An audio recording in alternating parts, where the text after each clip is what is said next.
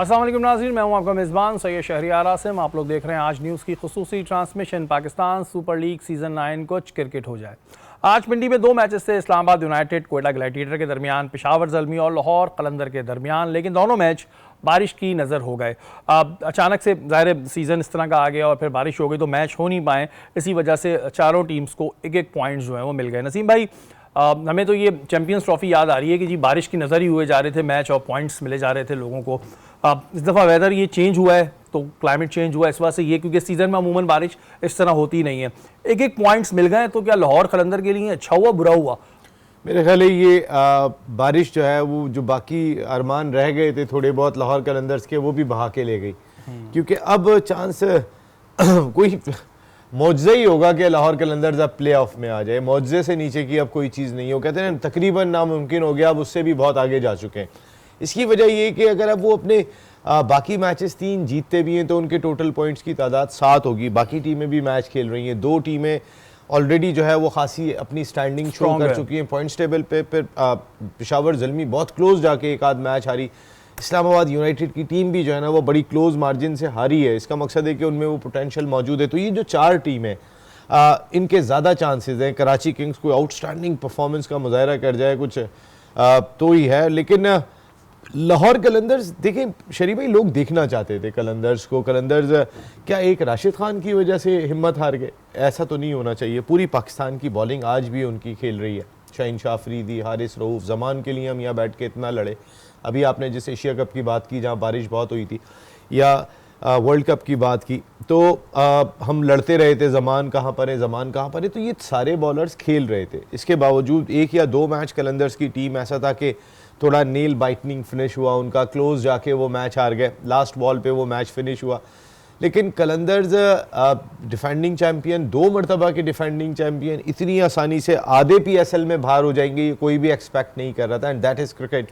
बिल्कुल जी, तो नसीम भाई ने कहा क्रिकेट बड़ा बेवफा खेल है और वाकई में हमने कई दफ़ा ऐसी चेंजेस देखी हैं कि हम खुद हैरत में रह जाते हैं। इवन अब अगला मैच जो है वो कराची में, फिर पिंडी में है। ये एक ही जगह टिक के मैच क्यों नहीं हो रहे हैं? ये इससे प्लेयर्स को, क्योंकि आप एक प्लेयर है, आपसे सवाल बनता है प्लेयर्स को कितना थकावट हो जाती है कि ज़ाहिर है अब आप फ्लाइट लेंगे, अब आप कराची में, फिर आपने वापस पिंडी जाना है। एक जगह टिक के क्यों नहीं होते कि भाई पहले इतने तुम्हारे, इतने तुम्हारे, इतने तुम्हारे? देखें, इसमें तो बिल्कुल भी हेक्टिक नहीं होता प्लेयर को, बल्कि मज़ा ही आता है कि आप डिफरेंट ग्राउंड्स में जाके खेलते हैं। और इसमें बेनिफिट भी होता है, आपको होम ग्राउंड का भी बेनिफिट होता है और अवे ग्राउंड का भी बेनिफिट होता है। तो हर टीम को अपना एडवांटेज होता है होम ग्राउंड में खेलने का। जब भी इंटरनेशनल टूर्स होते हैं उसमें आपके यूजुअली डिफरेंट सिटीज़ में मैचेस होते हैं कि हर सिटी को वो क्राउड उस मैच को आके एंजॉय कर सके। नहीं वो तो ठीक है, लेकिन ये जो हो रहा है ना, अब एक पिंडी, अब फिर कराची आएंगे, फिर वापस पिंडी जाएंगे, इस पे कह रहा हूँ मैं। अमन कहने का मकसद ये कि इतनी वो जो बात सवाल ये कि इतनी फ्रीक्वेंट ट्रैवलिंग जो हो रही है ये उसकी बात कर रहे हैं। और फिर सबसे बड़ी चीज़ एज ए प्लेयर आपने सामान उठाना है, लगेज उठाना है। आपको पता है मैं आज लाहौर पहुंच गई हूँ, मेरे 4 मैच लाहौर में, आज मैं कराची आ गई हूँ, मेरे अब 3 मैच लाहौर में। क्या वो ज्यादा सेटिस्फेक्शन देता है या ट्रैवलिंग एंजॉय करता है? सामान वामान भी तो खोलते होंगे ना आप लोग, या नहीं होते? सामान ही नहीं होता। बात थोड़ा सा हेक्टिक होता है, लेकिन एज अ प्लेयर मैं तो इस चीज़ को बहुत ज़्यादा एंजॉय करती हूँ कि जब ट्रैवलिंग होती है, क्योंकि हमारी कोई इतनी प्रॉब्लम तो होती नहीं है, आपको हर चीज़ लग्जरियस अवेलेबल होती है, तो आपको जस्ट अपने गेम पे फोकस करना होता है। ट्रैवलिंग अगर आपकी विद इन कंट्री है तो हार्डली 1.5 आवर की फ़्लाइट होगी, तो ये इतना प्रॉब्लम नहीं होता, बल्कि एडवांटेज होता है कि आप अपने होम कंडीशंस में खेल रहे हैं। चलें ठीक है, हमें इस वजह जहन आया था जी, इतना सामान लेके जाते होंगे फिर बेचारे शिकायतें की हैं इस चीज़ की कि हमारी ट्रैवलिंग ज़्यादा हुई। कोयटा ग्लैडिएटर्स की इंतजामिया ने एक मरतबा शिकायत की थी कि आपने हमारी ट्रैवलिंग इतनी ज़्यादा रखी। आप मुल्तान में मैचेस पर नदीम उमर साहब लड़े थे PSL की मैनेजमेंट में अगले साल के, आपने किस तरह तो हमारी नसीम भाई इस तरह क्यों नहीं करते? दायरे में मैं पूछ रहा हूँ आपसे कि जैसे लाहौर में मैचेस हो गए, अब लाहौर का चैप्टर खत्म करें, फिर मुल्तान में हो गए उनका चैप्टर, जितने जितने मैचेस सबके होने तो वो एक ही दफ़ा में क्यों नहीं कर लेते हैं? ऐसी एक सवाल है, कोई कभी बात की है किसी ने? पहले भी ऐसा ही हुआ था कि मुल्तान और लाहौर का फेज़ हुआ था और पिंडी का फैज़ और कराची का एक साथ हुआ था। इसकी एक वजह ये भी है कि ज़्यादा से ज़्यादा शहरों में मैचेस चले जाते हैं हमारे। दूसरी जो एक चीज़ हुई कि जो इतनी ज़्यादा फ्रीक्वेंट ट्रैवलिंग रखनी पड़ी वो रमज़ानुल मुबारक की वजह से, क्योंकि हमने अपनी PSL को कर्टेल किया। पहले आमतौर पे हमारी PSL 1.5 महीने पर मुश्तमिल हुआ करती थी, अब 1 महीने पर मुश्तमिल है। 17 को शुरू हुई है, 18 को हम ख़त्म कर रहे हैं, तो तकरीबन हमने 12-13 दिन का गैप ख़त्म किया है। वरना ये रमज़ानों में और आगे जाता अगर उसमें हमारे पास चांस होता था कि ज़रा ट्रैवलिंग थोड़ी कम हो जाया करती थी, खिलाड़ियों को मैचेस या टीमों को मैचेस एक जगह पे ज़्यादा मिल जाते थे।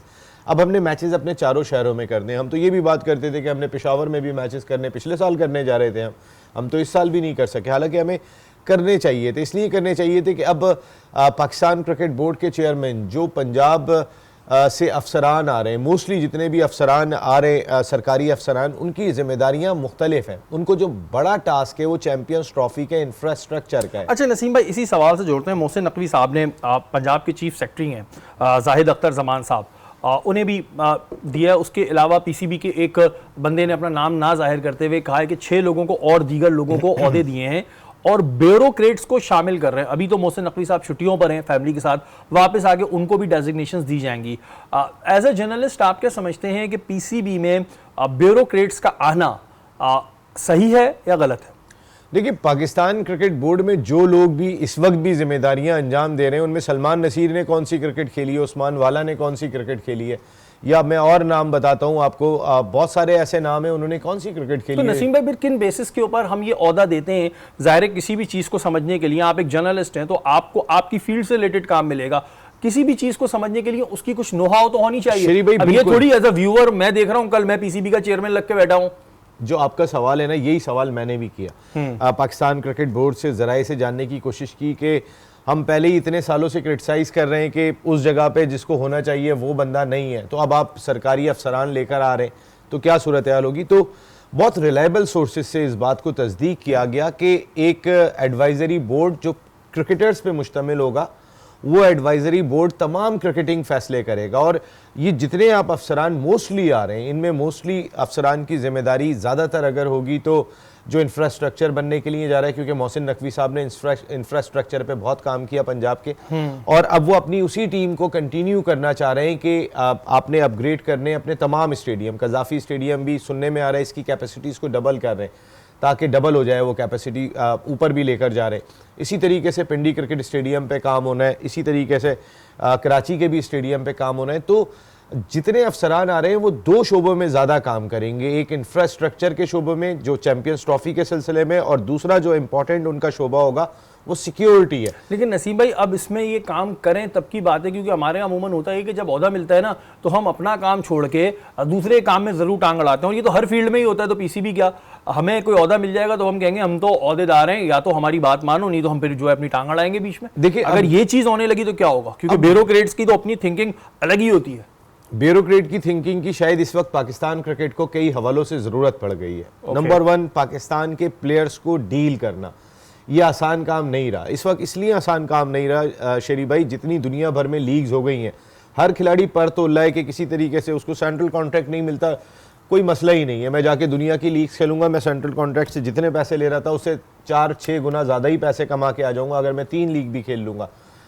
इन तमाम चीज़ों को कंट्रोल करना एक मैनेजमेंट चाहिए आपको। अब पाकिस्तान क्रिकेट बोर्ड को सीरियस मैनेजमेंट की जरूरत है। मैनेजमेंट के लिए जरूरी नहीं है कि खिलाड़ी ही मैनेज करेगा, वो क्रिकेटिंग मैटर्स तो मैनेज कर सकता है, जितने भी हैं। कैप्टन किसको होना चाहिए, शाहीन से अच्छा परफॉर्म नहीं अच्छा तो इसको ले आओ, सिलेक्शन कमेटी क्या हो सकती है, डोमेस्टिक का इंफ्रास्ट्रक्चर क्या होना चाहिए, हमारी क्रिकेट कैसे होगी, इन तमाम के लिए जो हमारी इत्तलात है उनके मुताबिक एक प्रॉपर एडवाइजरी कमेटी बनाई जा रही है और वो ये क्रिकेटिंग फैसले करेगी। बिल्कुल जी, अल्लाह ताला करे यही हो, क्योंकि ज़ाहिर नसीम भाई को ज़्यादा इसकी नॉलेज होती है। हमारे तो जहन में एक सवाल आता है ना कि भाई इस बंदे का क्रिकेट से क्या ताल्लुक, लेकिन अगर दूसरे जो मामलात हैं उनके ऊपर वाकई वो तवज्जो दें तो बहुत अच्छी चीज़ होगी। मोहसिन नकवी साहब का एक अच्छा फैसला होगा और हम दुआ करते हैं कि अल्लाह करे अच्छा फैसला हो। या वक्त तो एक ब्रेक है, ब्रेक के बाद हाजिर होते हैं।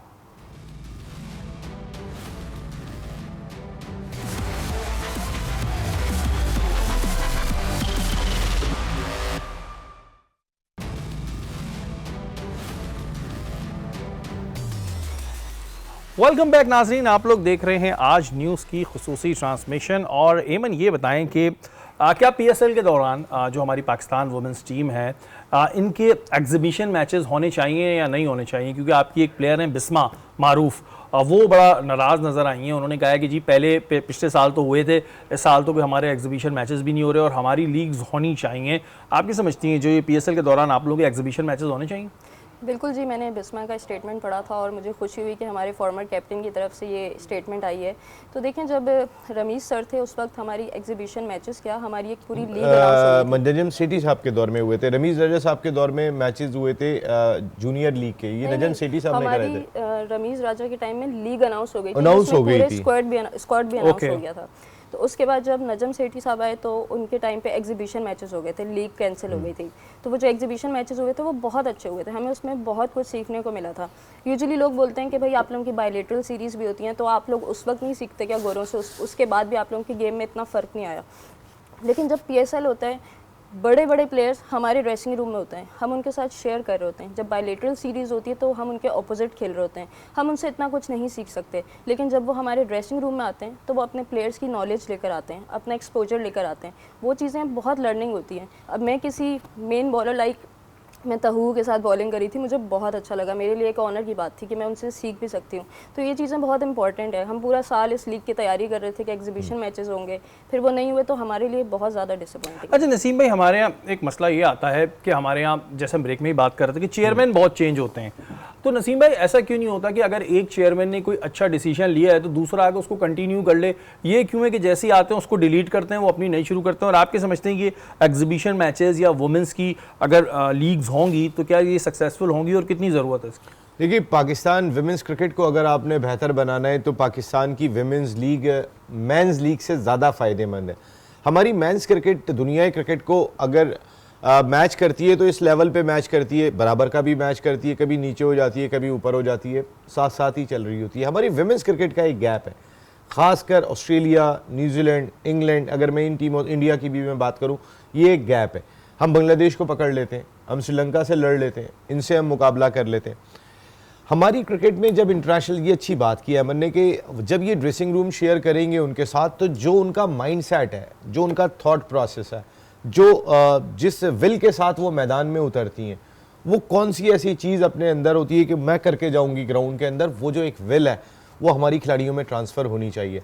आप उनकी मेंस और विमेंस क्रिकेट जो है वो मेंस बिल्कुल विमेंस इक्वली साथ चलती हुई दिखाई देती है। गो के वो खेलती नहीं है आपस में, लेकिन वो अपने आप को पोर्ट्रे ऐसा करती हैं कि जैसे मेंस क्रिकेट, और अगर ऑस्ट्रेलिया की मेंस क्रिकेट जो एलिसा हैरी है, मेरे ख्याल उनकी जो एहलिया है एलिस पेरी, ये एहलिया है मिचेल, एलिस हेली, जो मिचेल स्टार्क की एहलिया है, फास्ट बॉलर की। आप यकीन माने, मिचेल स्टार्क अगर मेंस क्रिकेट के अंदर खुद को जिस लेवल पे पोर्ट्रे करते होंगे, उनकी एहलिया भी उसी लेवल पे करती हैं।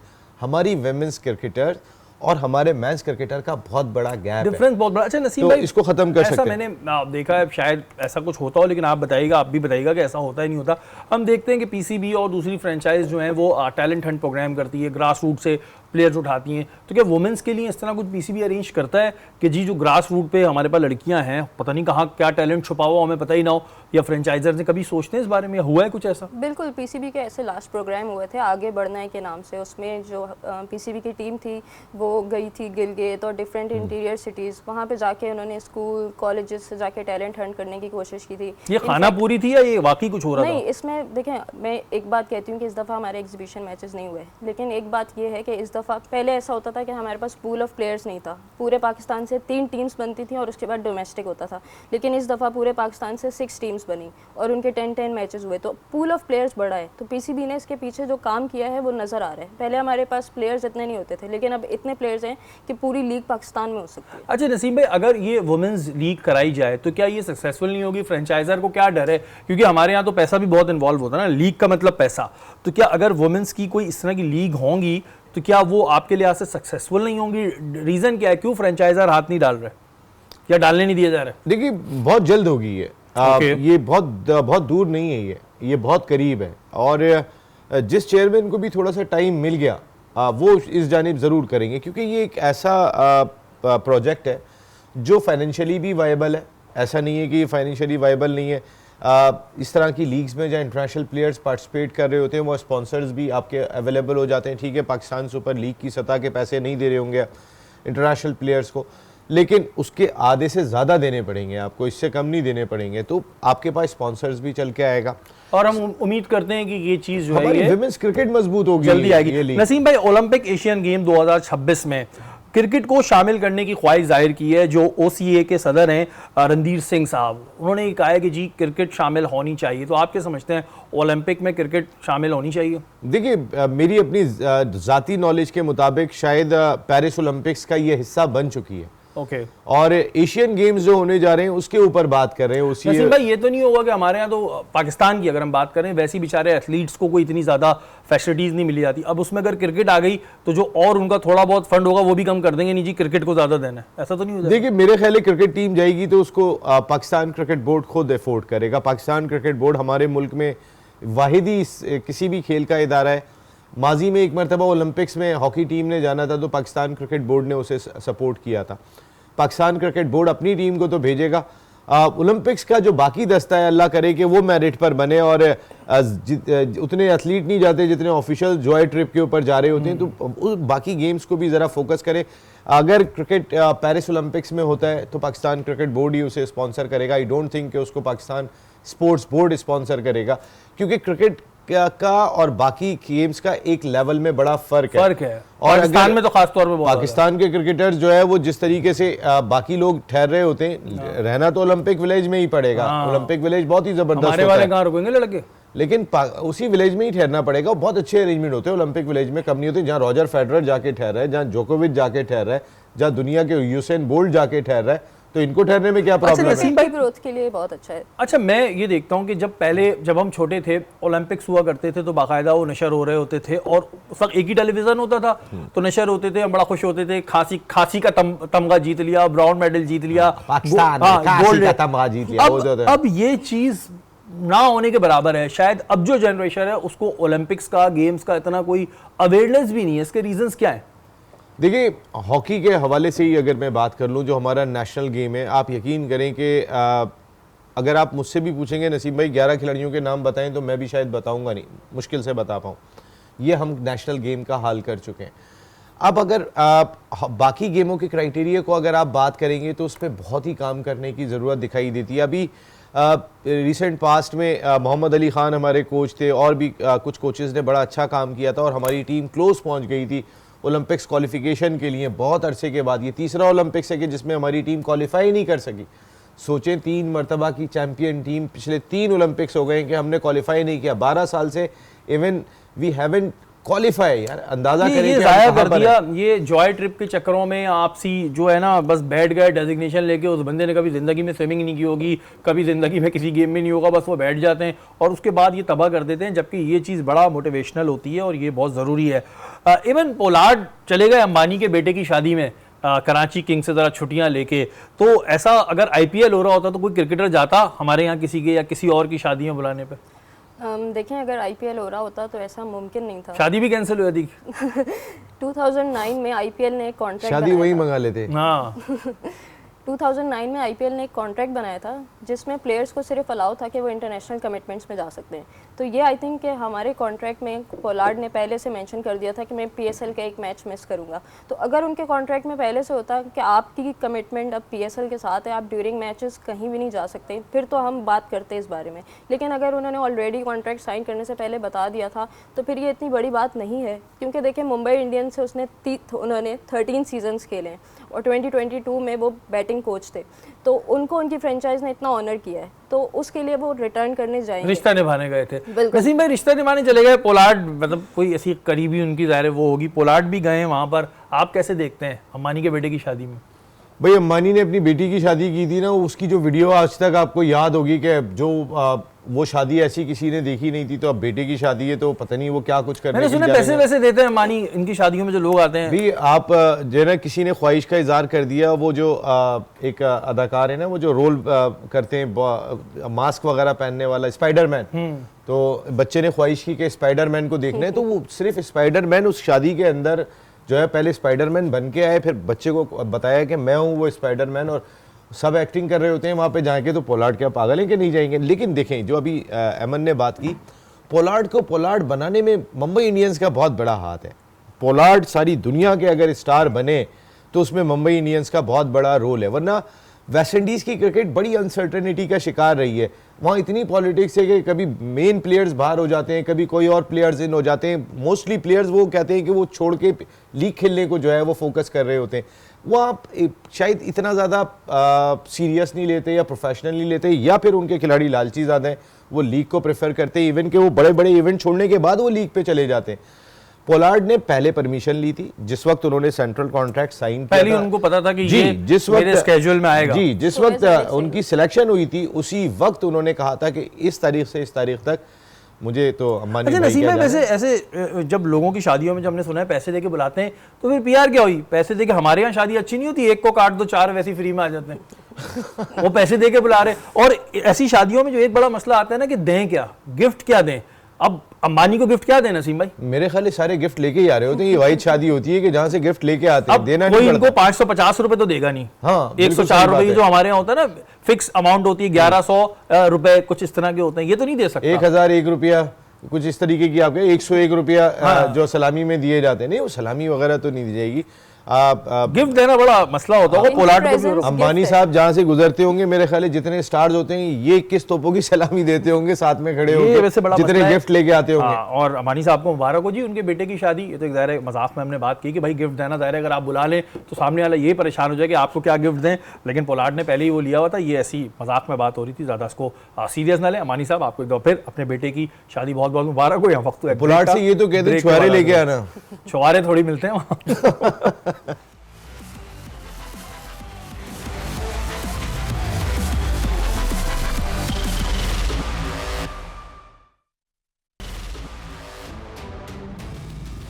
वेलकम बैक नाज़रीन, आप लोग देख रहे हैं आज न्यूज़ की खुसूसी transmission. Pakistan super league season 9, बहुत सारी खबरें हमारे पास हैं। वहीं ये खुशी की खबर भी है। खुशी खबर ये है कि मराइज रिजमिस जो हैं वो एम्पायर हैं और उन्होंने 60 साल के बाद रिटायरमेंट का ऐलान कर दिया है। साउथ अफ्रीका के ये एम्पायर हैं और बड़े मतनाज़ा रहे हैं ये, ख़ासतौर पे जो T20 वर्ल्ड कप था, इनके ऊपर बड़े बेमानी के इल्ज़ामात लगे जो हमने लगाए। ज़ाहिर जो कर रहे होते थे ग्राउंड में दिख रहे होते थे, लेकिन कोई उस पर आवाज़ नहीं उठाता था। नसीम भाई, 60 साल बाद उन्हें ख्याल आ गया कि मुझे रिटायरमेंट ले लेनी चाहिए। अब मेरे 60 ख्याल साल के में अब एज भी हो जाती है। अब मॉडर्न डे क्रिकेट के अंदर आप 50-52 साल मेरे ख्याल है मोर देन इनफ। जितने आपको फैसले क्विक करने पड़ते हैं, आपकी अपना रिफ्लेक्सेस का सिस्टम क्या है, उनके रिफ्लेक्सेस हमने बड़े ही ख़राब देखे थे। ये साउथ अफ्रीका के फॉर्मर फर्स्ट क्लास क्रिकेटर हैं जिन्होंने 53 फर्स्ट क्लास मैचेस भी खेले में। ये ऐसे अंपायर नहीं थे कि उन्होंने क्रिकेट नहीं खेली थी। साउथ अफ्रीका में 53 फर्स्ट क्लास मैचेस खेलना, 131 विकेटें लेना फर्स्ट क्लास क्रिकेट में, ये एक अच्छे क्रिकेटर की अच्छा पहचान है। नसीम भाई, क्या इन्होंने भी IPL खेली होगी कभी है? क्योंकि जब हमारा और इनका इंडिया का मैच होता था तो सारे फैसले तो इंडिया के फेवर में हो रहे होते थे इनके। तो मेरे ध्यान में आया कि एम्पायरिंग के साथ क्रिकेट भी तो नहीं खेलते थे, कहीं IPL ये भी खामोशी से खेल रहे हो। खेलने नहीं जाते थे तो अंपायरिंग तो करने जाते थे ना IPL में। ये हमारे वाले मैच में नसीम भाई देखे ज्यादा करते हैं। हम एक अरेंजमेंट की शैतानियां। बात कर रहे हैं। दुनिया के जिस अंपायर को मौका मिलेगा वो इंडियन टीम को सपोर्ट करेगा। आपने गेम को ऐसा कर दिया, पैसा पैसा पैसा पैसा, हर जानिब सिर्फ पैसा दिखाई दे रहा है आपको। अब अंपायर भी सोच रहा है कि मुझे कौन सी लीग में जाना है और कौन सी लीग में नहीं जाना है। भाई एरिज्मिस का कॉन्ट्रैक्ट अगर इंटरनेशनल क्रिकेट काउंसिल से ख़त्म हो जाता है तो फिर एरिज्मिस और ज़्यादा आज़ाद हो जाते हैं दुनिया भर की लीग्स में जाने के लिए। तो एरिज्मिस का पाकिस्तान से क्या मसला था? इनको यहाँ पे रिश्ता नहीं मिला था क्या? इनका मसला क्या हुआ था? ये जो हमारे बारे में इतना प्रॉब्लम लेके बैठे हुए हैं, हमसे इशू क्या था? चले जी इंडिया के आप करते रहे खुशामदीद, हमारे साथ क्या मसला था? देखिए एरिज्मिस वो अंपायर हैं कि 60 साल में जो रिटायर हुए, 80 टेस्ट, 174 ODI, 43 T20, 124 जो है ना वो ODI, 43 T20 और 18 लिस्ट विमेंस इंटरनेशनल मैचेस किए उन्होंने, विमेंस के T20। तो बहुत ही एक्सपीरियंस अंपायर है। इंडिया और पाकिस्तान के मैच में जो भी अंपायरिंग कर रहा होगा वो कहीं ना कहीं 200%, बहुत ही कोई डिफरेंट अंपायर हो तो एक अलग चीज़ है, लेकिन 200% लगेगा कि वो इंडिया को सपोर्ट कर रहा है बिकॉज ऑफ जो जितना इंडिया पैसा जनरेट करता है। हर आदमी की ख्वाहिश होती है मैं IPL में जाके परफॉर्म करूं। बहुत सारे प्लेयर्स अंडर परफॉर्म हो जाते हैं अगेंस्ट इंडिया, आप हैरान होंगे। अब तो हम DRS पे भी भरोसा नहीं कर पा रहे। नसीम भाई क्या करेंगे? नसीम भाई अच्छा, क्योंकि आप इतने साल से जर्नलिज्म कर रहे हैं, अब बेस्ट एम्पायर अगर आप किसी को खिताब दें कि यार ये बंदा बेस्ट एम्पायर है, कौन है? डिकी बर्ड को मैंने देखा। डिकी बर्ड, ये डिकी किस बर्ड मुल्क से ताल्लुक रखते हैं? ये इंग्लैंड के थे, पुराने अंपायर हैं और बहुत ही एक डिफरेंट अंपायर थे। अगर मैं डिकी बर्ड की बात करता हूँ, इन्होंने इमरान खान 1987 वर्ल्ड कप में इमरान खान को, उस वक्त जावेद मियादाद और इमरान खान की पार्टनरशिप वर्ल्ड कप के सेमीफाइनल में ऑस्ट्रेलिया के अगेंस्ट बहुत अच्छी हो गई थी। तो इमरान एक स्वीप मारने गए थे, ज़मीन पे बैट लगा था, वो कभी इमरान एटीट्यूड नहीं दिखाते थे, लेकिन उन्होंने अंपायर ने आउट दे दिया और वहाँ से वो पार्टनरशिप टूटी थी और पाकिस्तान वो मैच हार गया था। उन्होंने माफ़ी मांगी थी कि वो मुझसे, मैंने बाद में देखा तो मुझे ऐसा लगा वो बैट ज़मीन पे लगाए। ऐसे अंपायर बहुत कम होंगे। डिकी बर्ड साहब, डिकी बर्ड ने अपनी किताब में, और बहुत ही डेविड शेपर्ड और डिकी बर्ड का जो पेयर था उस दौर में बहुत ही तगड़ा माना जाता था। अलीम डार पाकिस्तान के लाजवाब अंपायर। अलीम डार के जो डिसीशंस हैं, अलीम डार एक वक्त ऐसा भी था कि आईसीसी के प्लेयर ऑफ द अंपायर कई मरतबा बने और 4 टाइम कंसेक्टिव रिकॉर्ड कायम किया। बड़ी बात है जी, अलीम डार साहब पे तो हमें बिल्कुल फख्र है। सर अलीम भाई और डिकी बर्ड साहब, आपने भी जितना काम किया अच्छा किया, लेकिन ये स्मिथ साहब जो हैं इनका काम ऐसे ही रहा। बहरहाल अच्छा एमन, अगर हम बात कर रहे हैं, बहुत सारे जरायों में ये बात हो रही है कि कराची किंग्स जो है वो न्यू प्लेयर्स को ज़ाया कर देती है।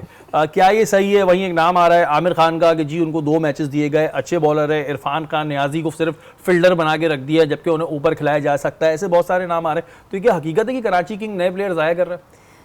देखें, असल में कराची किंग्स की टीम हम देखें तो पिछले 2 सालों से बहुत ज़्यादा स्ट्रगल कर रही है, तो उनको इन दी एंड रिलाई करना पड़ता है अपने सीनियर प्लेयर्स पे। फिर जो इमर्जिंग प्लेयर्स हैं वो ज़्यादातर उनको यूज़ करती है जो कि डोमेस्टिक में पॉलिश होकर आए हैं और उसके बाद वो आके PSL में अपने आप को शो करें। कराची किंग के एक प्लेयर थे उमर खान, अगर मैं आपको उनकी एग्जाम्पल दूँ तो उन्होंने काफ़ी अच्छी परफॉर्मेंस दी थी, लेफ्ट आर्म स्पिनर थे वो। उसके बाद वो कहीं नज़र नहीं आए। लेकिन इसी तरह अगर हम कम्पीट करें साइम अयूब को, जब वो कोयटा ग्लेडिएटर में थे उन्होंने बिल्कुल भी परफॉर्मेंस नहीं दी थी। उसके बाद उनका मतलब अंदाज़ा हुआ कि मैं अच्छा परफॉर्म नहीं करा, उन्होंने हार्ड वर्क किया, फिर वो ज़ल्मी की टीम में वापस आए और एक्स्ट्रा ऑर्डिनरी परफॉर्म किया। तो देखिए, थोड़ा सा प्लेयर्स के एंड पे भी डिपेंड करता है कि वो अपने आप को इस काबिल बना कर आएँ कि वो आके टीम में PSL जैसे टूर्नामेंट में परफॉर्म करें, टीम को मैचेस जिताएं। PSL आपकी परफॉर्मेंसेस देने के लिए होती है, आपको मतलब इस तरह से नहीं। लेकिन जब परफॉर्मेंस देखने नहीं देंगे तो क्या करेंगे? उन बेचारों की परफॉर्मेंस किसी को दिखने नहीं दी जा रही, क्या करें? चांस ही नहीं दे रहे मैचेस में। बिल्कुल, साद बेग की जैसे मैं एग्जांपल दे सकती हूँ। साद बेग को इन्होंने एक ही मैच में ट्राई किया, उसके बाद उनको दोबारा ट्राई करना चाहिए था क्योंकि पाकिस्तान अंडर-19 के कैप्टन है वो।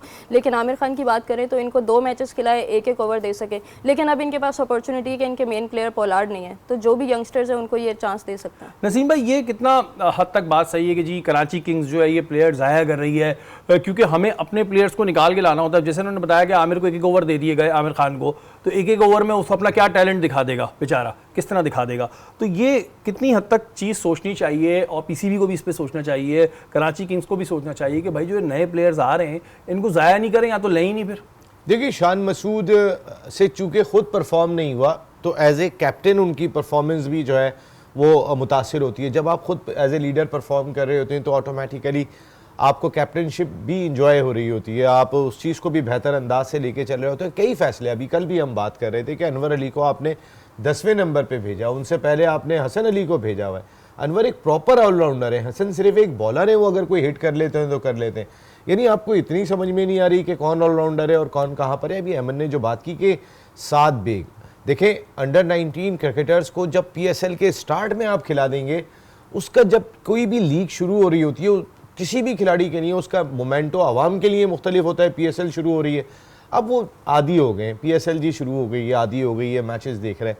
इसी तरीके से एक यंग प्लेयर जो अंडर-19 प्लेयर है, जब वो ड्रेसिंग रूम में पहली मरतबा आता है, मैं PSL के ड्रेसिंग रूम में आ गया हूँ, और आते ही अगर वो मैच खेल जाता है, अगर उससे परफॉर्म नहीं होता तो आप समझें कि नहीं हो सकता।